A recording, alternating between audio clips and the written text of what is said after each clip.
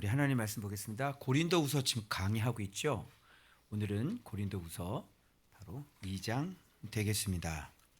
우리 지난주에는 봐도 사도의 특징 한 11가지 정도, 하나님의 뜻으로 예수의 사도된 바울은 어떤 분인지, 하나님의 뜻부터 그리스도 사도로 이어지는, 그리고 하나님의 교회로 이어지는 그런 라인들을 제가 설명해 드렸고요. 자, 오늘의 이 말씀은 갑자기 굉장한 어떤 고린도 교회 안에 밝혀지지 않았던 굉장한 어떤 바울이 큰 눌림과 이렇게 큰 슬픔을 가져다 주는 그런 일이 있었다는 것을 알 수 있는 오늘 본문이에요. 그래서 지금 그 부분에 대해서 지금 얘기를 하고 있는데, 우리가 고린도 교회라고 생각을 하면 좀 쉽게 생각했던 것 같은데, 그냥 은사 정도가 아니라 고린도 교회는 은사가 많았기 때문에, 예를 들어서 예언 같은 것도 많았잖아요. 그리고 그들이 또 많은 성경 교사들이 왔다 갔다 하고, 뭐 아볼로도 왔다 갔다 하고, 또 무슨 파다 나는 무슨 파다 이렇게 하는 것으로 봐서 그들이 말씀에 대한 열정이나 이런 것들도 없었던 건 아닌 것 같아요. 그런데 그게 말씀이긴 말씀인데, 어떤 말씀인데, 바울과 같은 그런 내면을 성숙하게 하는, 정말 사랑이 최고라고 하는 것이 거기까지 아직 도달하지 못한 말씀, 그러나 말씀인 거죠. 예를 들자면 이 은사가 이 충만한 교회에도 막 말씀을 놓고 막 봐요, 진짜. 그리고 막 제가 늘 항상 얘기했던 그분도 완전히 쫄딱 망했을 때 성경을 완전히 쫙 펴놓고요, 막 연구하고, 막 그래서 어느 정도의 그 말씀의 실력과 수준들이 올라와 있는 상태예요. 그런데 이제 그 위에 예수 그리스도라는 것을 모를 뿐이지, 여기 또 어제는 또 어떤 영상 하나가 우리 다음 세대 우리 페이스북 그 페이지죠, 그룹에 누가 좋아요를 눌러서 그 사람 거에 잠깐 들어가 봤더니 이 시대 이슈가 되는 그 사역자들이 있죠. 3명. 저 광화문에 계신 분하고, 그리고 무슨 억인지 혁인지 무슨 말 알겠죠? 하고 몇 분, 3분을 뭐 가장 뭐 성경적으로 바르게 평가한 분의 평가라고 딱 했더니 어떤 전도사더라고요. 전도사가 그런 혁이라는 사람과 또 이 광화문의 그분과 이런 분들에 대해서 쭉 얘기를 하는데, 제법 성경의 예를 들어서 그럴듯하게 얘기를 해요. 알고 봤더니 다 같은 편이더라고요. 자기들끼리 서로 인정해주고 막 이렇게 하는 사람이더라고요. 모르죠. 그런데 제법 성경을 읽고 또 성경에 대한 지식들이 많이 들어가 있는 거예요. 그런데 그쪽 편인 거죠. 이게 바로 날기도 하고 기기도 하는 사람들인 거예요. 사단에게는 날개가 있으면 안 되죠. 근데 사단에게 날개가 있는 거예요. 그런데 기는 거죠. 무슨 말인지 알아요? 이 고린도 교회 안에서도 지금 이 본문에 등장하는 사단의 계략, 사단의 계책이라는 말이 나오거든요. 그래서 그것과 연관시켜 봐서 지금 이 본문에 고린도 교회 안에 바울이 그토록 큰 눌림과 그 큰 근심 가운데 사로잡히게 한 사람이 누구냔 말이죠. 그 사람, 근심하게 하는 사람. 그래서 오늘 본문에는 이 근심케 한 자가 있어요. 그래서 이 사람의 도대체 정체가 뭘까? 왜 교회 안엔 이런 일들이 일어날까? 그리고 고린도 후서라고 하는 것은 뭐냐면 사도 개인의 어떤 사도성에 대한 변증서이거든요. 그런 것으로 봐서 지금 고린도 안에는 그렇게 만만치 않은 문제들이 도사리고 있었다고 하는 것. 그리고 바울이 고린도를 직접 방문을 했는데 아무런 소득이 없이 굉장한 모욕만 받고 돌아온 적이 있었어요. 그래서 여기 연대표를 잠깐 제가 보여드리면 한번 보십시오. 제가 이거를 누가 잘 어떤 신학자의 그 신학책을 잘 해서 정리를 잘 해놨더라고요. 자, 바로 50년, 52년 추측인데 최초 체류하면서 여행하면서 여러분 고린도 교회가 만들어지기 시작을 했잖아요. 그래서 가이사라 여행하다가 에베소에 체류를 하고 이 에베소에 체류를 하면서 편지 A를 보냅니다. 이제 고린도서 5장 9절에 보면 이런 표현들이 나오거든요. 이미 편지가 한번 갔죠. 교정 편지예요. 너희가 이런 자들이 있느냐? 그래서 우상 숭배자나 음행하는 자는 도무지 사귀지도 마. 이런 메시지를 내가 먼저 쓴 글에 대하여는 이런 얘기들이 나오죠. 그래서 그런 자들은 도무지 너희가 사귀지 말아라. 이러면서 고린도전서에 우리가 봤듯이 메시지가 하나가 날아가는데 그때 했던 편지가 아마 A였던 거예요. 지금은 남아있지 않아요. 자, 그런 다음에 편지 B가 날아가는데 이게 에베소에서 썼던 뭐예요? 고린도전서예요. 자, 2번 날아가죠. 그러고 난 다음에 이 고린도전서 후에 바울의 방문이 있었는데 이게 괴로운 고린도 방문이라고 그래요. 여기에서 편지 한번 날리고 너희들이 이런 자를 용납하지 않으냐 해서 그 질서를 잡히는데 여기서 아주 굉장한 어디 부딪힘과 그 회개를 하는 거야 안 하는 거예요? 회개를 안 하는 거죠. 그리고 조목조목 그 말씀에 대하여 이 바울이 얘기하는 그 단호하게 공의를 행하려고 하는 그 부분에 대해서 어떤 충돌이 일어나고 바울을 오히려 모독하고 바울에게 모욕하고 수치를 당하는 이런 괴로운 방문이 여기 한번 있었다고 하는 거예요. 그러니까 고린도 안에 어떤 선생들이 있었는지, 그죠? 어떤 성경을 가르치는 선생들이 있었는지 대충 우리가 예상할 수 있는 그런 대목이죠. 그리고 편지 C가 날아가는데 이게 눈물의 편지예요. 내가 너에게 눈물로 글을 썼나니가 오늘 본문에 나와요. 이게 바로 편지 C예요. 그 바울은 너무나 큰 근심에 잡혀 있고 이 교회 때문에 큰 눌림이 있어요. 여러분 이 근심과 눌림을 여러분 이해하세요? 여러분에게 여러분이 말씀에 대해서 삐딱선을 타고 여러분이 말씀에 대해서 이렇게 뭔가 좀 묵상을 안 하고 뭔가 이렇게 불평이 일어나고 그럴 때 사역자의 마음속에는 뭐가 일어나냐면 이게 큰 근심과 눌림이 일어나기 시작해요. 밥을 먹어도 맛있지가 않아요, 여러분. 어디를 가서 편하게 쉬어도 쉬는 것 같지가 않아요. 그냥 마음이 착잡해요. 그런데 고린도에는 얼마나 큰 문제가 있겠어요. 여러분 한두 가지 문제가 아니잖아요. 자, 그래서 이 눈물의 편지를 누가 전달하냐면 디도가 눈물의 편지를 전달을 해요. 그리고 바울은 마게도냐에 체류에 있다가 어떤 소식을 듣게 되냐면 디도가 가져온 시소식인데 그 시소식이 뭐냐면 고린도 교회 문제가 좀 잡혔다는 소식을 듣게 되어져요. 그래서 고린도후서는 좀 따뜻하고 그죠? 좀 어떤 마무리되어는 어떤 그런 분위기에 오늘 2장도 보시면 그런 분위기에 이 편지가 다시 날아가면서 자기 자신이 왜 사도인지 내가 어떻게 사역했는지를 다시 한번 그들에게 주지시키고 있는 게 고린도 후서예요. 그래서 편지 2가 또 있어요. 이게 뭐냐면 고린도후서 10장에서 13절에 보면 마게도냐에서 쓴 게 있는데 그 표현이 나옵니다. 근데 지금 남아있는 건 고린도전서와 고린도후서만 남아있어요. 나머지 2개는 지금 남아있지 않는 거예요. 근데 썼어요.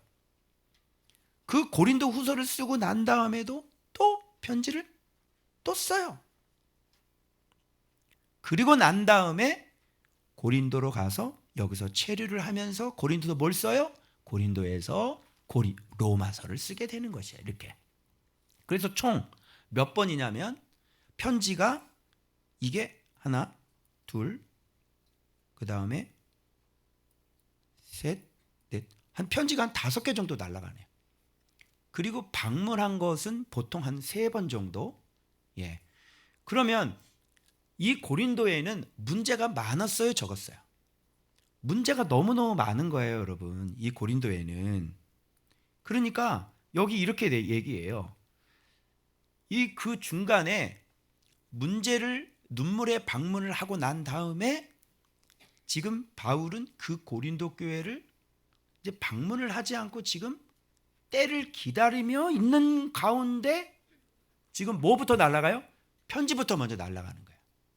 왜 그러냐면 그러고 왔는데 다시 고린도를 방문한다면 뭐가 일어나냐면 여기선 징계가 일어나야 되거든. 완전히 내가 너희를 가만히 두지 않겠다 했어요, 안 했어요? 내가 가서 너희들의 능력을 확인하려 했어, 안 했어요? 그래서 가게 되면은 이게 완전히 이제 징계가 일어나고 뭐 이런 아주. 그런데 여기서 바울의 지혜와 하나님의 지혜를 엿볼 수 있는 게 뭐냐면 안 갑니다. 안 가고 이 문제를 해결할 수 있도록 편지를 보내죠. 그리고 자기가 왜 지금 안 가고 있는지에 대한 설명을 지금 하고 있는데 그 가운데 첫 절이 뭐냐면 결심을 한 거죠. 내가 너희에게 근심 중에 나가지 아니하기로 스스로 결심했다, 이렇게 얘기해요. 만일 내가 너희들을 가서 이 근심 중에 가게 된다면 나를 기쁘게 할 자가 도리어 나에게 근심을 끼치게 되니, 나를 기쁘게 할 자는 그 근심시키게 한 사람만인데 내가 이런 근심을 가지고 너희들에게 간다면 너희들이 오히려 더 근심을 하게 되고 그로 말미암아 내가 너희들에게 얻을 수 있는 것은 근심밖에 없지 않겠느냐. 그러면서 맨 마지막에 이제 사단의 계략을 얘기를 해요. 그러니까 지금 사단의 계략이 숨어 있는 거예요.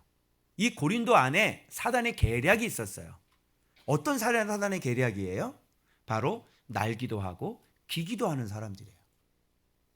하나님의 말씀을 전혀 모르면 상관이 없는데 이 악한 자들이 하나님의 말씀을 가지면 어떻게 해요? 아까 영상에서처럼 그 세 사람을 옹의를 하더라고요. 사람마다 다 뭐예요? 사명이 다르다는 거야. 어떤 사람은 거기서 선지자적인, 그러면서 광화문이 선지자라고 그러더라고요. 오늘 여러분 선지자라는 게 뭔지가 나오죠? 예, 우리 이름이 뭔지가 나오고 증언과 성취라는 게 나와요. 그렇죠? 그래서 지금 그 사람이 성경을 따박따박 읽어가면서 얘기를 하는데 이렇게 사단이 쓰는 종들이 뭘로 무장되어 있냐면 하나님의 날개, 말씀으로 무장되어 있는 거예요. 그러면서 그걸 이용해 가지고 많은 사람들을 어떻게 미혹시키고 그리고 그쪽 사람들을 옹호하면서 사람들 이제 그쪽으로 인정해주고 몰아주는 거예요. 그래서 저 같은 사람이 있어야 되겠어요, 없어야 되겠어요? 저 같은 사람이 있어야 되겠죠? 그걸 보면서 너는 날기도 하고 기기도 하는 사람이구나. 그러니까 이런 걸 또 분별할 수 있는 사람이 있어야 되는 거죠. 그 조회수가, 여러분 유튜브 조회수가 얼마인 줄 알아요? 몇십만이에요, 사람들이. 그리고 댓글 제가 확인했거든요. 그 전도사님 집회에 가서 마음의 위로를 얻었어요. 그리고 심지어는 조슈아 목사도 뭐예요? 괜찮은 목사라고 지금 이렇게 계속 얘기를 하고, 베니 그레함이 아니 그거 그 오순절 쪽에 유명한 베니 힌, 그죠? 그분도 예전에 그렇게 잘못 살다가 지금은 요즘 최근 들어 이렇게 주님 앞에 돌아왔대, 바르게. 그러니까 사람을 함부로 판단하면 안 된대. 이렇게 그럴듯하게 말씀으로 그럴듯하게 자기들끼리 다 해먹는 거죠. 그게 무섭죠. 그래서 이렇게 은사를 얘기를 하는 사람들도 말씀 꽤 잘 알고요. 웬만한 사람들, 그리고 또 분별력이 얼마나 많아요. 또 기도를 해봤으니까, 그죠? 성령의 지혜들이 얼마나 많아요, 그죠? 그러니까 그런 것들을 얘기를 하는 거야, 같이. 그러니까 지금 바울은, 우리는 그런 거 답답하죠. 예수 그리스도인데, 그죠? 예수 그리스도 외에는 나중에는 별로 의미가 없어져요, 그죠? 은사 같은 것도 어릴 때고 가지고 노는 거지. 그걸 가지고 은사 얘기를 들어요? 말씀 누가 높아요? 은사가 높아? 주님이 높아? 주님이지. 주님의 말씀으로 주님을 닮아가는 거지. 그게 생명이고 그게 구원이지. 그 은사 알아가지고. 그래서 여러분 신명기를 또 배우면서 길흉, 신접한 자, 초혼자, 진언자, 그죠? 박수 이런 거 이 가증한 일 하지 말라 그랬죠. 그 은사를 가지고 그런 쪽으로 사용하고 있으면서 이 예수 그리스도를 모르는 거야. 왜 맨날 묵상을 하냐 나보고. 어때요? 말씀을 아는 건데 많이 알아. 나한테 뭐라는 줄 알아요? 왜 맨날 말씀을 묵상해 지겹게. 어떻게 그걸 하냐고. 그럼 여러분들은 다 이상한 사람들이 되는 거야. 매일 묵상하세요? 하세요? 어떻게 그렇게 해? 안 지겨워? 안 지겹네. 이 사람들은 바보야 그럼? 저도 11년째 하고 있는데. 그리고 앞으로 내가 저는 이게 어렵지가 않아요. 묵상 매일 하는 게. 이걸 놓고 싶은 마음도 없고. 자, 봐봐요. 여러분 큰 눌림과 걱정 이거 뭐 구체적으로 말 안 해도 제가 간단하게 예를 하나 들면 여러분 자녀들이 세상에서 엄한 짓 하고 돌아다니면 마음이 어때요? 얘기해 보세요. 네? 부모님들 얘기 한번 해봐요. 여러분 자녀들이 세상에서 그렇게 돌아다니면 마음 어떠냐? 어떻겠어요? 이 큰 눌림과 걱정 이해하시죠? 인생이 재밌겠어요? 돈이 많은들 행복하겠어요? 이 큰 눌림과 걱정이 뭔지 아시겠죠? 근데 우리 어제 애들 모아놓고 내가 그랬거든요. 너네가 하나님 앞에 바르게 서지 않으면 내가 가르치는 것도 가짜다. 너네가 하나님 앞에 바르게 서지 않으면 엄마하고 나는 망한 거다. 인생 망한 거다. 맞아요, 안 맞아요? 쟤네들이 저잖아요. 그죠? 제 인생에 무슨 의미가 있어요? 제 인생은 쟤네들이지. 내 자녀가 나잖아요. 그죠? 아브라함에게 있어서 아브라함은 이삭이에요. 그래서 나는 죽을 수 있어도 이삭은 못 바치는 거예요. 사람들이. 진짜 이삭을 바쳤을 때 자기 자신을 바치는 거지. 그게 부모예요. 큰 눌림과 걱정이 있어. 봐요. 많은 눈물로 너에게 썼노니. 그래서 눈물의 편지가 벌써 날아갔다는 것을 여기서 우리가 지금 알 수가 있는 거죠. 그런데 내가 이렇게 하는 것은 근심하게 하려고 하는 게 아니라 너희를 향하여 뭐가 있음을? 넘치는 사랑이 있음을 너희로 알게 하려 합니다. 얘들아, 부모님이 너희들을 위해서 눈물을 흘리고 부모님들이 너희들을 위해서 안타까워하고 속상해하고 그지 바르게 살려고 외치는 건 부모님 안에 뭐가 있기 때문이야? 넘치는 사랑이 있기 때문인 거지. 저는 이게 사도라고 생각해요. 사역자가 성도가 지금 어떻게 어떤 모양으로 지금 믿음에 서 있지도 않은데 은혜를 얘기를 하고 있다? 그게 사역자예요. 웬만한 교회는 사람들이 많아서요. 그 사람의 믿음이 어떤지도 몰라요. 여러분 10,000명이 모여 있는데 그 사람이 지금 세상에서 뒹굴고 있는지 그 사람이 뭐 세상에서 어떻게 살고 있는지 알아야 몰라요. 그런데 바울은 고린도 교회를 향하여 큰 눌림과 걱정이 있었어요, 없었어요? 이제 아시겠어요? 누가 아비인지? 스승은 많아요. 그런데 아비는 어떤 게 아비냐? 눌림이 있어야 돼요. 그리고 걱정이 있어야 되고 그리고 이 세 가지가 다 있어야 돼요. 그걸 뭐라 그래요? 그걸 아비라고 그래요. 너네들 스스로 왜 내 마음대로 못하게 해요? 왜 나한테 이래요? 뭐 이렇게 그런 얘기를 해 되잖아. 그러면 너희들의 부모는 이거를 갖고 있는 거야. 큰 눌림, 걱정, 눈물 이거. 너희들은 부모님한테 큰 눌림이 있니? 부모님을 바라보면서 큰 눌림이 있어? 그거는 어떤 거냐면 완전히 부모가 자식 속을 새기는 부모지. 그래 안 그래요? 부모가 자식 속 새기는 부모도 있다 없다? 있다. 애들이 늘 부모를 생각하면서 걱정을 해요. 그리고 부모 생각하면서 눈물을 흘려요. 이런 걸 뭐라 그러냐면 성인 아이라고 그래요. 그 아이는 사랑을 받아야 될 나이에 누구를 걱정하고 있어? 부모를 걱정하고 있어요. 그게 성인 아이예요. 부모 그렇게 살면 안 되겠죠. 그리고 부모가 자식을 불 가운데 지나가게 하는 사람도 있어요. 그렇게 살던 말던 세상에 무슨 그렇게 살던 뒹굴던 말던 방치. 부모의 직무 유기. 그래서 세상 신에게 불 가운데다가 자기 자식을 주는 부모예요. 예, 방치죠. 어떻게 살던 터치 안 하는 거예요. 그래 잘 살아. 너를 존중한다 그래. 너를 믿는다. 그리고 방치해. 그건 부모로서의 유기입니다. 직무유기. 너희들은 부모님이 너희들한테 하지 마라. 바르게 해야 된다. 그렇게 가르침을 받길 원하니 아니면 신경 안 쓰길 원하니?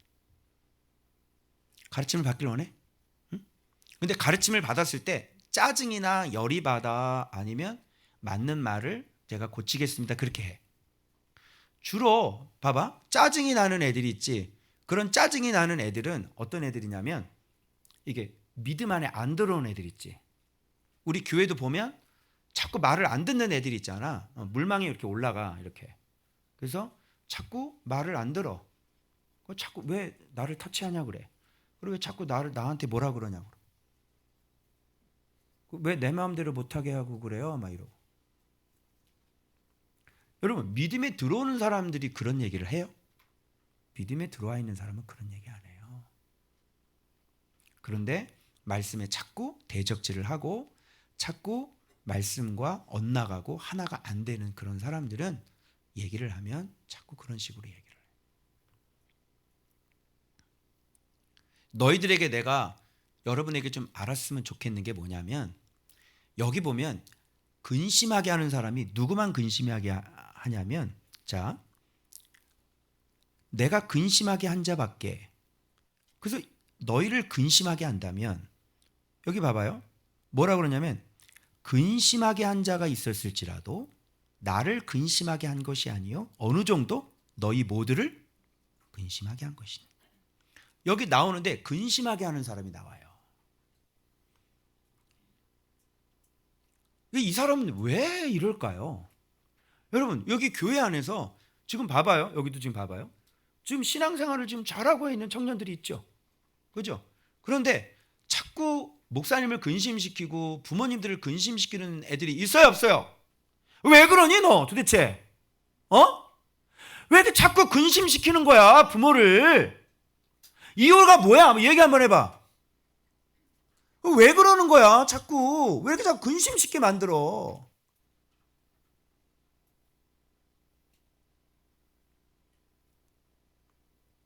너희들의 모습을 잘 봐봐. 너희들이 날개도 갖고 있고 기어다니는 사람은 아니야? 그건 사단이야 사단. 하나님의 말씀을 이용해가지고 기어다녀. 어떨 때는 한 날개로 날아다니고 어떨 때는 기어다니고 말씀 묵상 이거를 가지고 오히려 자기를 뭐야? 천사처럼 보이게 만들고 그리고 뒤에 가서는 기어다녀. 어떻게 생각해? 누가 근심시킬까? 어떤 사람이 근심시킬까? 묵상도 하고 기어도 다니는 사람. 내 말 안 틀려? 여기서 너희들은 묵상을 하지. 그럼 묵상을 했으면 기어다니는 걸 하지 말아야 돼.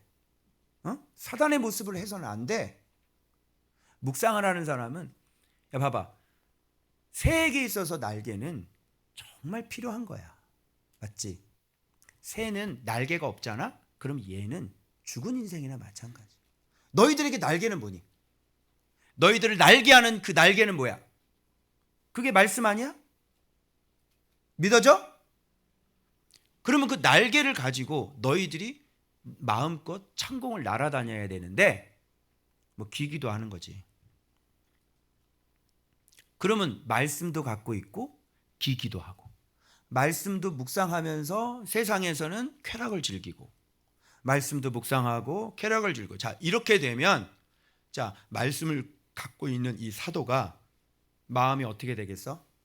그런 걸 알게 됐을 때 근심이 돼야 안 돼? 근심이 되지. 더 큰 근심이 일어나는 거야. 왜? 말씀을 묵상하는데 뒤에 가서는 엉뚱하게 사네. 근심이 되니 안 되니? 이거는 엄청난 근심이야. 엄청난 눌림이고. 너희들 그런 삶을 사니? 말씀 묵상하는데 뒤에 가서는 딴짓하고. 인스타그램 부모님 모르는 거 또 파. 그치? 거기서 별의별 짓을 다 하고. 부끄러운지도 몰라. 그 인스타에 자기 사진 막 찍어서 올리고. 묵상도 하고 인스타질도 하고. 여기 봐. 듣고 있어? 그게 뭐야? 날개도 갖고 있고 기기도 하고, 묵상도 하고 인스타도 갖고 있고. 왜 자꾸 왜 거짓말하고 왜 자꾸 속이냐고. 묵상하잖아 너희들. 묵상하는 사람이 왜 거짓 계정, 은밀한 계정을 왜 또 만들어? 한번 얘기 한번 해봐. 왜 그러니? 얘들아, 부모님 모르는 계정을 하나를 더 만드는 거는 아예 이 마음이 어떤 사람이야? 정직하지 못한 사람이잖아. 그럼 그 계정을 왜 만들었는데? 부모님 몰래 그 계정을 또 왜 만들었어? 나쁜 짓 하려고! 여자들은 그 계정 만들어서 뭐 하니? 여자애들 물어볼게. 이쁜 애들 한번. 이쁜 애들은 계정 만들어서 뭐 해? 늘 이러고 셀카 찍잖아. 이러고 막 이래가지고. 마팔, 선팔.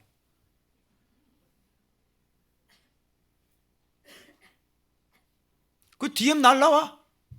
만나자. 그럼 가서 만나고. 목적이 뭐야? 목적이. 인스타 하는 목적이 뭐야? 그래서 하나님을 믿는 사람들이, 하나님 믿는 애가 뭐야? 세상 귀신 들린 애들 다 만나고 다니. 날기도 하고 기기도 하고. 잘 들어 너희들. 인스타 그 비밀 계정 없애. 알았어? 내가 이 유튜브 하면서요, 이거 방송 나간다고 내가 설교를 진짜 원색적으로 못해서 내가 정말 답답했거든. 근데 이건 신경 안 쓰겠어요. 이제는 내가 너희들한테 정확하게 가르칠 거 가르치고 내가 그렇게 해야 되겠어요. 거짓말 하지 마세요. 아멘. 정직하게 사세요. 세상 사랑하지 마세요. 음란하게 살지 마세요.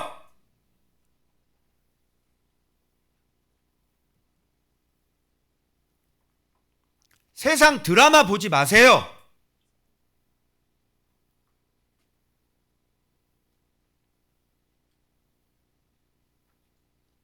그렇게 거짓으로 사단이 너희들을 싹 속이고 이것을 거짓으로 다 무장시켜 놓고 그 다음에 행동 개시하게 만든다니까.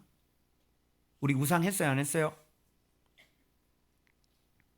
그러면 어떤 결과가 이루어지는지 알아? 지금 이건 교회 안에 근심시키는 사람들인데 부모를 근심시키는 똑같아. 교회 안에 근심시키는 사람들을 자기가 말씀을 안다고 그러면서 기어다니고. 그게 뭐예요? 말씀 조그만 거 그거 가지고 그 기능을 가지고 뭐예요? 사역자를 대적하고 모욕하고 막 많은 성도들이 사역자를 의심하게 만들고. 그게 바로 고린도 교회에 있는 이게 사단의 종들의 실체였단 말이에요. 이들은 날개를 갖고 있었어요. 그럼 너희들은 날개를 안 갖고 있어? 너희들은 매일 묵상하잖아. 그러면 이들, 이 근심시키는 이 교회를 위태롭게 만들고 이 고린도 교회를 완전히 폭망하게 하는 이 사람들과 너희들 개인적으로 뭐가 달라? 가정을 폭망시키고 가정의 하나됨을 깨고, 그지? 그러면 그 아이가 계속 그 짓을 하게 되면 뭐야? 대들겠지, 부모에게. 왜 참견하냐고. 응? 내 마음대로 살는데 왜 그러냐고. 나 묵상하고 있다고.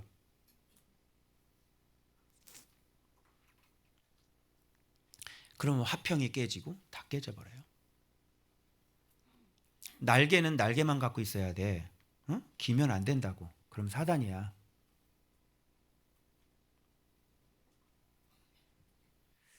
자, 내용 좀 볼게요. 자, 그래서 그러면 이 근심시키는 자가 있는데, 자, 봐봐요. 사도의 사랑을 봐봐요. 내가 근심 중에 나가지 않기로 스스로 결심을 했대. 자, 너희는 나를 기쁘게 할 자인데 너희 모두에 대한 나의 기쁨이 너희 모두의 기쁨인 줄을 확신하노라. 그래서 사실은 그 근심시키게 한 자 외에는 지금 거기서 바울을 사랑하고 또 함께 가르침을 받는 사람들이 많았겠죠. 그런데 이 한 사람 때문에 지금 근심 중에 딱 나가가지고 완전히 폭탄이 터지는 거예요 또. 그러면 큰 눌림과 걱정에서 많은 눈물로 너에게 썼다. 이 문제들을 해결하기 위해서. 그런데 이게 뭐냐? 넘치는 사랑이 있음을 알게 하려 합니다. 자, 근심한 자가 있는데 이 사람은 어떤 사람이다? 너희 모두를 근심하게 한 사람이다. 자, 봐봐요. 교회 안에 그런 아이가 하나가 딱 생기면 교회 전체가 근심해야 안 해요? 교회 전체가 다 근심하죠. 그래서 나 혼자만의 문제가 아니야. 얘들아, 응? 네가 말씀대로 똑바로 못 살잖아? 그럼 너네 엄마가 내 앞에 와서 한숨을 쉬어. 그리고 울어. 어? 목사님 어떻게 하면 좋냐고.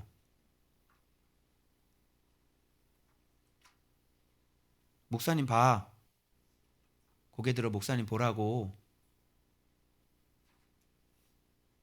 너는 계속 버팅기고 있고. 너네 엄마는 계속 울고 있고. 이게 뭐야? 말씀대로 하라 그러면 말씀대로 안 하고 자기 고집대로 한다고 그러고.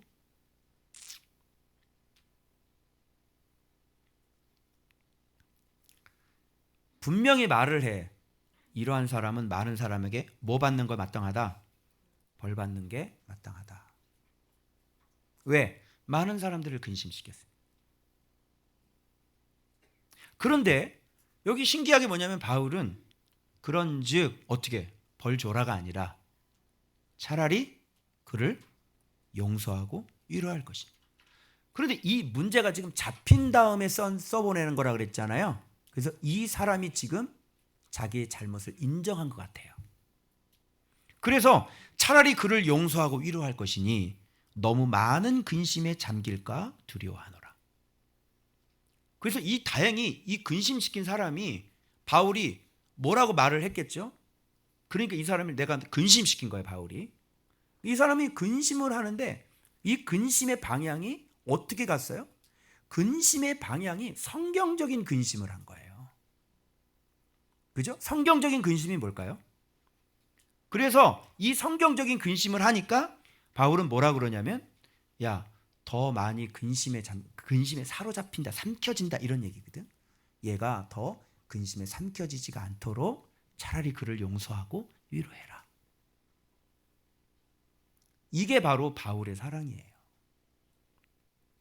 그래서 사랑을 그들에게 나타내라. 아, 복수네요, 보니까.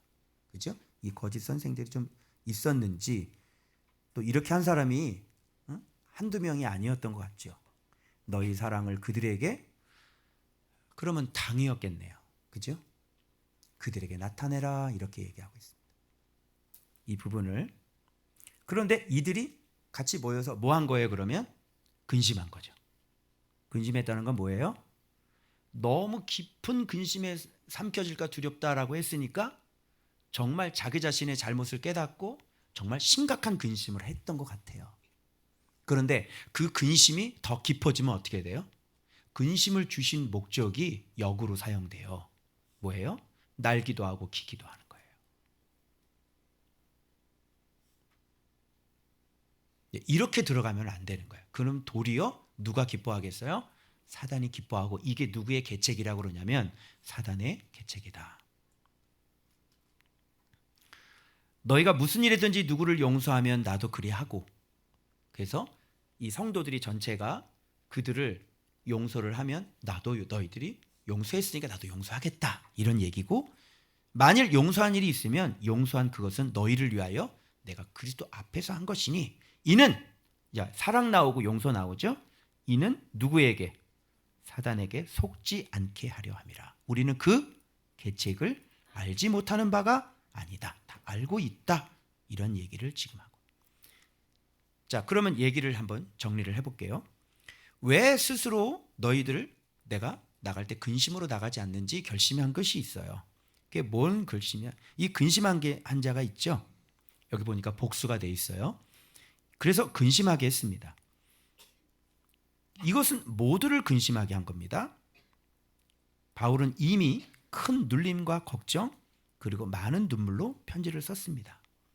그래서 모두가 근심하게 됐는데, 이게 근심과 지도자에 대한 또 이 근심까지 같이 겹쳐져서 이렇게 근심에 근심이 되는 거예요. 그 눈물로 쓴 편지를 받아보고 성도들은 또 근심하게 되는 거죠. 근심하게 된 사람 때문에 근심하고, 또 바울이 눈물로 편지를 쓰니까 또 그것 때문에 또 더 깊이 근심하게 되는 거죠. 이 사람들 때문에. 그래서 많은 사람에게 벌 받는 게 이 사람은 마땅하다. 그러나 그를 용서하라. 왜냐? 이것 때문이다. 사단의 계책 때문이다. 너무 많은 근심에 잡히게 된다. 그럼 뭐가 돼요? 미움이 생긴다. 그죠? 이들에 대한, 저 사람들 저거 뭐야, 용서를 못하게 된다. 그리고 그들에 대한 뭐예요? 낙인을 찍히게 된다. 낙인을 찍어버리는 거예요. 쟤는 안 되는 애구나. 쟤는 고집이 진짜 센 애구나. 쟤는 진짜 안 되는구나. 이렇게 낙인을 찍어버려요. 그러면 안 되겠죠? 자, 그리고 화평과 화목을 어떻게 될까요? 깨게 돼요. 그리스도의 몸이 안 되어버리게 되어져요. 그리고 사랑을 하지 못하게 하고요. 그리고 그리스도의 용서와 사랑받는 자기 자신을 잊게 만들어요. 자기도 용서받은 사람이잖아요. 근데 이걸 또 잊어버리게 만들어요. 결국은 사탄에게 이 걸린 자를 구원해서 데리고 가게 되는 일까지 벌어지게 되는 거예요. 원리가 이거예요. 사단의 계략이 나왔어요. 사단의 계략은 어느 한 사람을 충동질을 해서, 그죠? 독사에 물린 사람들이 교회를 온통 난장판이 되게 만드는 거예요. 그죠? 그래서 성도들은 그 일로 말미암아 다 근심하게 돼요. 그래서 그 바울이 거기다가 눈물을 쓰고 그냥 막 난리가 났어요. 그죠? 점점 뭐가 일어나요? 거기 안에 미움도 일어날 거고요. 그죠? 그리고 분쟁도 일어날 거고요. 말들이 막 돌아 넘칠 거고요. 그죠? 그래서 사람들이 포기하자. 이런 말 일어날 거고요. 쟤는 안 되겠다. 쟤는 그냥 포기해야 되겠다. 그래, 그러면 네가 원하는 대로 해. 응? 네가 한번 원하는 대로 한번 해봐. 포기하게 하게 되고요. 그러면 이게 깊게 들어가면 사단이 원래 이 한 사람을 통해서 문제를 일으킨 목적 달성이 되는 거예요. 그리고 그 사람은 사단이 옳건 일로 와 해서 한 명 딱 데리고 가는 거죠. 그럼 얘는 이제 끝나는 거예요. 어때요? 사단의 계략이. 교회 안에서 그런 문제가 일어났을 때 이 지도자는 냉철하게 판단을 해서 그것들을 분명하게 짚어주고 근심하게 하고 회개하게 하고, 그러면서 결정적인 순간에 그 근심에 사로잡히지 않도록 거기서 스탑 해주는 거예요. 그리고 이제 뭐 해요? 이제 용서와 위로를 하는 거예요. 그렇게 안 하고 낙인을 찍고 가버리면 어떻게 돼요? 더 이상 말씀을 볼 수 있는 원인이 사라져버려요. 그래, 그냥 나는 그런 사람이니까 난 이제 그냥 아무렇게 살아도 되겠네. 그 여기서 어느 시점이 중요하냐면 이 문제를 일으키는 사람이 진짜 근심하는 거예요. 그러면 어떻게 해야 돼요? 받아줘야 되는 거예요. 그게. 그래서 근심의 목적이 있어요. 잘 들어요? 왜 우리가 근심해야 되느냐면 하나님 앞에 범죄를 했으면 근심하는 게 맞죠? 자, 근심의 목적, 성경적인 목적이 있어요. 자신의 뭐를 깨닫게 해요? 죄를 깨닫게 해요. 내가 깨달으세요. 내가 얼마나 말도 안 되는 죄를 졌는지 근심하겠죠? 그런 사람들은 두 번째, 자신이 사탄의 계책에 속았음을 깨달아야 돼. 너를 통해서 이 고린도 교회를 접수하려고 그랬는데 바울의 현명한 그 눈물의 편지와 그 사랑 때문에 그리고 그의 용서와 따뜻한 사랑 때문에 내 전략이 성공을 못했어. 그리고 자신으로 인해 많은 자들을 근심시켰음을 깨달아야 돼요. 이게 근심이 주는 효과예요. 그리고 아비의 마음에 큰 눌림과 걱정이 있어서 많은 눈물을 흘리게 했음을 알게 하는 거예요. 이게 바로 근심시키는 목적이에요. 그리고 근심의 회개로 형제들과 지도자의 큰 사랑을 받아서 용서받았으니까 그리스도의 용서와 사랑을 깨닫고 자신의 미련함과 죄성을 진리의 사랑으로 바꾸게 함이 목적이에요. 아멘? 이게 바로 근심시키게 하는 목적인데 그 근심을 뛰어넘어서 완전히 근심에 사로잡혀가지고 이제 교회의 화평이 깨지고 용서를 못하고 낙인을 찍고 정죄가 일어나고 그래서 한 사람을 완전히 몇 사람을 죽여버리게 된다면 그 사람은 더 이상 그곳에서 살 수 없는 사람이 돼버리는 거예요. 그럼 나가야 돼요. 그러면 어떻게 되겠어요? 그 사람은 이제 사단에게 끌려가는 거예요. 이런 걸 뭐라 그러는지 이런 걸 사도다 이렇게 얘기를 해요. 이런 걸 주의 종이다. 여러분 꽤 고린도 후서가 깊죠. 우리가 예상하지 못했던 그 교회를 어떻게 다스리고 또 아비의 마음은 어떤 마음인지 저는 이런 마음을 한마디로 뭐라 하면 아비의 마음이라고 생각해요. 여러분 아비가 자기 딸이 자기 자식이 그렇게 말도 못하는 죄를 졌다고 해서 버리나요? 버리지 않아요. 그 아이 붙잡아 놓고 어디서부터 문제가 생겼는지 얘기를 들어줘요. 네 마음이 뭐가 아팠는지를 이야기를 들어줘요. 네가 왜 그런 상태에 빠졌는지를 이야기를 들어줘요. 그리고 아비가 먼저 사과를 하는 거죠. 그게 뭐예요? 그게 부모예요. 그게 아비고. 그런데 이제 호적 팔아. 내 인연 다시는 너를 보지 않겠다. 이제 이렇게 되면 이제 산통이 다 깨지는 거고 사단의 원래의 목적이 성취가 되는 것입니다. 자, 그리고 또 뭐라고 말씀하시는지 한번 봐보세요. 이제 중요한 게 이겁니다. 자, 봐봐요. 이제 이 근심시키게 하는 사람들이 꼭 알아야 될 것들이 있어요. 그게 바로 2장에 나오는데요. 자, 이 앞에서는 드로아에서 디도를 만나지 못해서 심령이 편하지 못해서 그들을 작별하고 어디로 갔냐면 마게도냐로 갔거든요. 근데 여기서 이런 말을 해요. 이게 실패인 것 같지만 항상 우리를 그리스도 안에서 이기게 하시고 우리로 말미암아 각처에서 그리스도를 무슨 냄새? 아는 냄새를 나타내시게 하는 하나님께 감사하노라. 이런 말을 하죠. 여기 포인트가 뭐냐면 그리스도 안에서 우리를 항상 이기게 하신다는 말씀. 보세요. 고린도 교회에 아무런 그런 문제가 있어도 결국은 그리스도의 놀라운 지혜로 그 교회의 문제를 해결하신단 말이에요. 여러분 가정 안에 있는 모든 문제도 주님은요. 부모는 눈이 없어도요. 하나님은 눈이 계시잖아요. 그래서 여러분의 자녀들이 어떻게 사는지를 주님은 뻔히 들여다보고 계세요. 그래서 얘가 안 되겠다 싶으면 뭐예요? 드러내는 거예요. 그게 하나님이 지키시는 거예요. 그래서 우리 가정을 하나님께서 이게 말씀 보는 가정을 결단코 우리 자녀를 사단에게 빼앗기지 않도록 하시는 거예요. 그래서 이런 걸 보면서 이런 걸 직접 경험해야 돼요. 항상 우리를 이기게 하시는구나. 하나님이 우리를 보호하시는구나. 하나님이 우리를 지키시는구나. 그래서 진짜 그래요. 그리스도는 항상 우리를 이기게 하시는 분이시다. 자, 그런데 여기서 냄새라는 얘기를 하죠. 그리스도를 아는 냄새를 나타나게 하신다. 자, 냄새. 자, 사도에게 냄새가 나요. 사도에게 냄새 나는 거 무슨 냄새인 줄 알아요? 사도에게는요, 두 가지 냄새가 나요.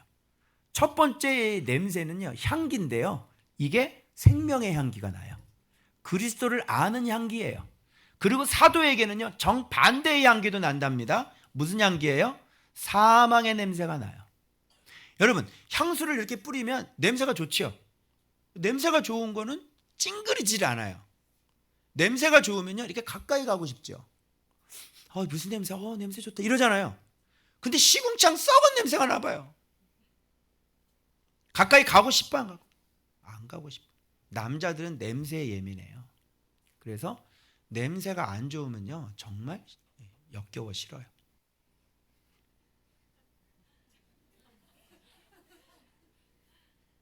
지들은 또 안 씻어.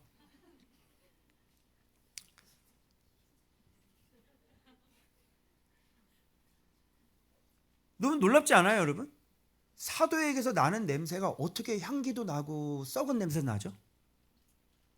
본문 봐봐요.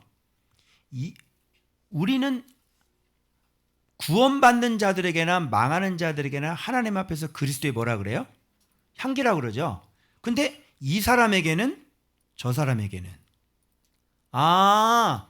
이 사람에게는 사망으로부터 사망에 이르는 냄새고 저 사람에게는 생명으로부터 생명에 이르는 냄새라. 사도에게서는 한 가지 냄새만 나.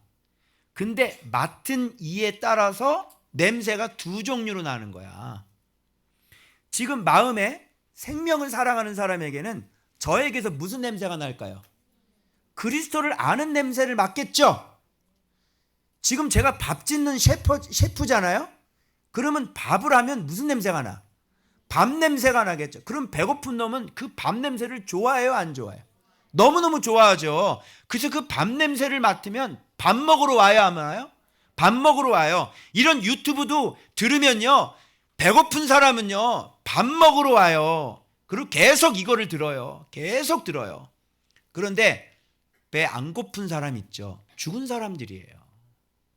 내가 아까 글을 하나 썼는데, 여러분, 예수 믿는 게 은혜고 예수 믿는 게 기쁨이에요? 아이고 참, 뭘 모르시네. 유람선에 다니는 사람만 기쁨이고 은혜 찾는 거예요. 예수님 제대로 믿어봐요. 전쟁하는 사람은요, 이 사람이 이 길이 얼마나 좁고 협착한 줄 알아요? 유람선이 가봐. 유람선 얼마나 좋아. 은혜지. 모든 게 다 은혜지. 싸우려고 해봐요. 이게 얼마나 길이 협착한 길인지. 예수 믿는 사람들이 은혜라고 얘기하는 거는요, 싸우지 않아서 그래요. 한번 나하고 한번 싸워봐요. 자기 자신과 싸워봐요. 자기 안에 있는 거하고 싸워봐요. 전 11년째 지금 싸우고 있는데 이게 얼마나 길이 협착하고 좁은 길인지 알아요? 무슨 은혜 타령하고 앉아 있어요. 안 싸워본 사람입니다, 그 사람은. 진짜 예수 나하고 싸우고 내 안에 있는 온갖 더러운 것과 싸워봐요. 이게 은혜 소리가 나오겠어요, 그게?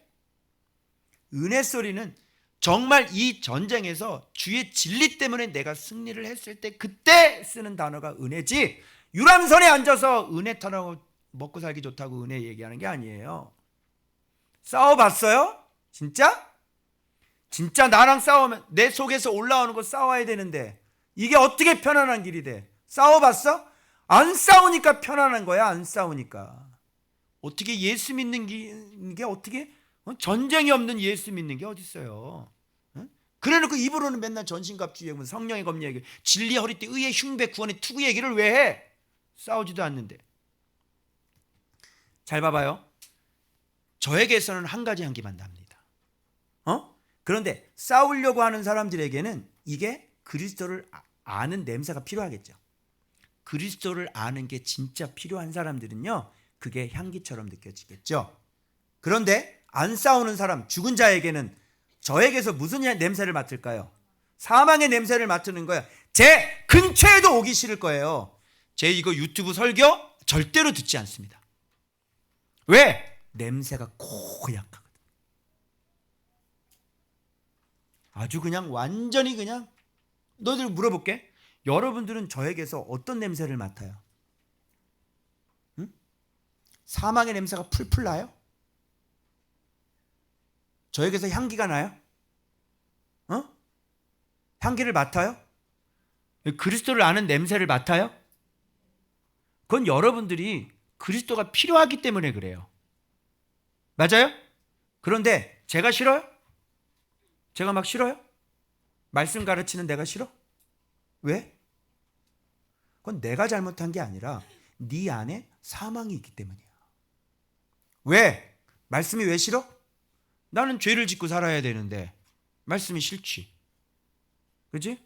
나는 세상에서 누려야 되는데 요즘 또 말씀이 신명기거든. 그지? 신명기 뭐야? 말씀을 경외하고 가증스러운 거 다 죽이고 심지어는 새끼까지도 유혹하면 돌로 쳐 죽이래. 그러니 말씀대로 살려고 하지 않는 사람은 신명기가 좋겠어 싫겠어? 막 여기다 붙이고 이마에다가 붙이고 다니고 집에다가 우리 집 봐봐요. 우리 집 번호판 위에 가서 한번 가보세요. 뭐 붙여져 있나? 말씀 붙여져 있어요. 저 들어가기 전에 바로 눌러서 안 들어가요. 눈꼬리 딱 잡고 그거 한번 읽고 들어가요. 왜? 왜 나는 그럴까? 말씀이 생명이라고. 말씀 없으면 나 자신을 지킬 수 없다고. 죄의 싹은 사망이야. 하나님을 떠나면 말씀대로 살지 않으면 사망이라고. 네 인생이 괴로울 거야. 눈물 흘리며 살아야 돼. 여러분, 주님이 우리와 함께하지 않는 그 분위기 알아요? 주님이 나를 떠난 그 분위기 한번 상상해 보세요. 주님이 나를 떠난 분위기. 무덤에 내려가는 자와 같나이다. 그죠? 봐봐. 아무런 감동도 없고 그냥 이게 정막이 흐르는데 정막만 흐르는데 아무런 감동도 없고 기쁨도 없고 그냥 소망도 없는 거야. 앞으로 뭐가 잘 될 거란 소망도 없어. 보장도 없어. 하나님은 너에게 손을 뗐어. 이 적막함 알아요? 예? 하나님이 널 떠났다니까. 이 적막함을 아냐고. 이 죽음의 적막함을 아냐고. 사람은 우리 하나님을 믿는 사람들 절대 그렇게 못 살아. 주님이 내게서 떠나시면 나는 죽음이거든. 못 살아. 그런데 주님 없이도 살 수 있는 사람이 있지. 죽은 사람들. 왜? 죄가 좋거든. 말씀은 정말 싫어. 막 근처에 가기도 싫어.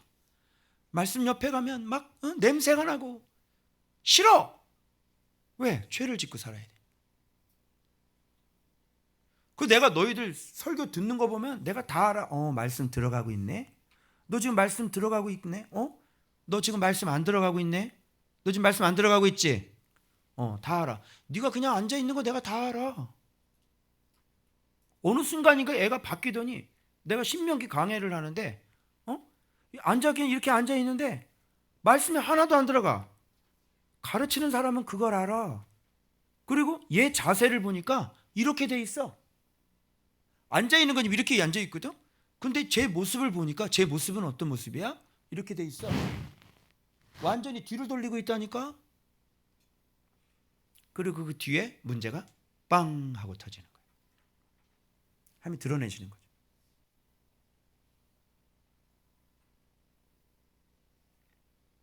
말씀이 너에게는 사망의 냄새니? 왜 싫어해? 목사님이 너에게는 사망의 냄새니? 응? 목사님한테 오는 걸 왜 싫어해? 목사님이 왜 싫어? 이상하지? 나는 그리스도를 아는 냄새를 가지고 있어.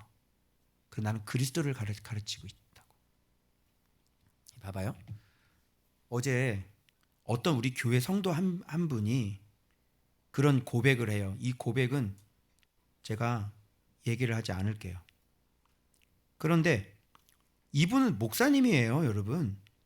근데 이런 목사님인데 이 목사님이 저한테 말씀을 듣다가 뭐라 그러냐면 신명기 5장의 십계명을 들으면서 말씀 들으면서 부모님을 공경하라는 말씀에 저의 모습을 보게 되었습니다. 이렇게 말씀하시더라고요.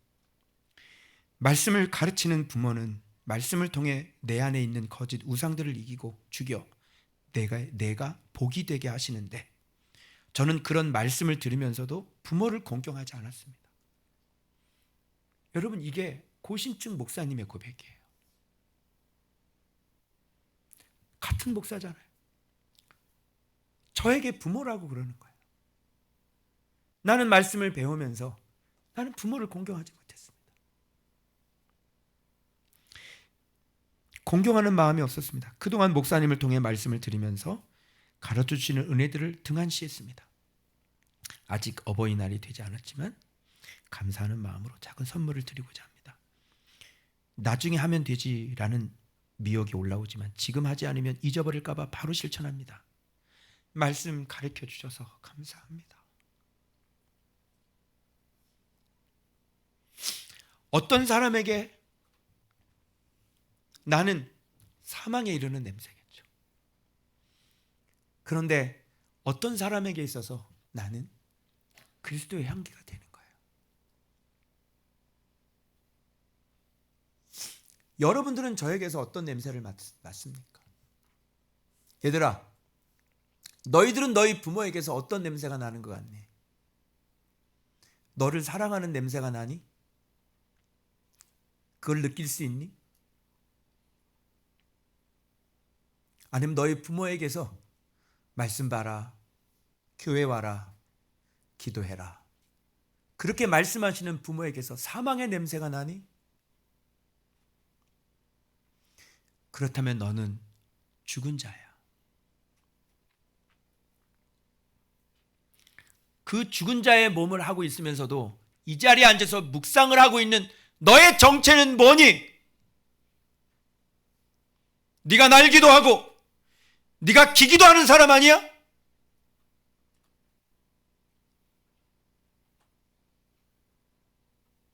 바로 잡으세요. 하나님 앞에 근심하세요. 그리고 회개하세요.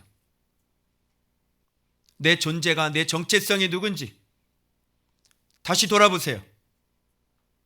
그리고 아비 같은 너의 목회자가 너로 인해 항상 큰 눌림과 걱정을 가지고 있다는 걸 기억하세요. 밥을 먹어도 기쁘지가 않고 어디를 놀러 가도 기쁘지 않는 그런 눌림이 바로 너희 목회자에게 있고, 그리고 너희 부모에게 이런 눌림이, 큰 슬픔이 있다는 것을 기억하고 온 가족이 속히 한 목소리를 내고 예수 그리스도로 하나가 되고 한 마음이 되는 그럼 여러분들 되시길 그리스도의 이름으로 축원합니다. 그리고 교회 안에서도 마찬가지로 가정 안에서도 우리 부모님들은 일주일에 한 번이라도 각자 기도를 하지만 가족끼리 한번 모이는 시간을 좀 갖기를 제가 권면드립니다. 일주일에 한 번이라도 가족들이 서로 모여서 아이들의 이야기를 들어보고 또 신앙을 점검하고 그리고 내가 만났던 그 예수님을 다시 한번 또 가르쳐주고 그리고 매일매일 묵상이 잘 돌아가고 있는지 점검하고 그리고 상번제를 통해서 진짜 주님과 교제를 하고 있는지 점검하고 그래서 부모의 그 사랑, 그 눌림, 그 걱정들을 우리 자녀들이 좀 알 수 있도록 그리고 믿음 없는 부모님들은 자식들이 가르쳐 줄 때 잘 들으세요. 그리고 부모로서 자식들 앞에 부끄럽지 않게 사세요.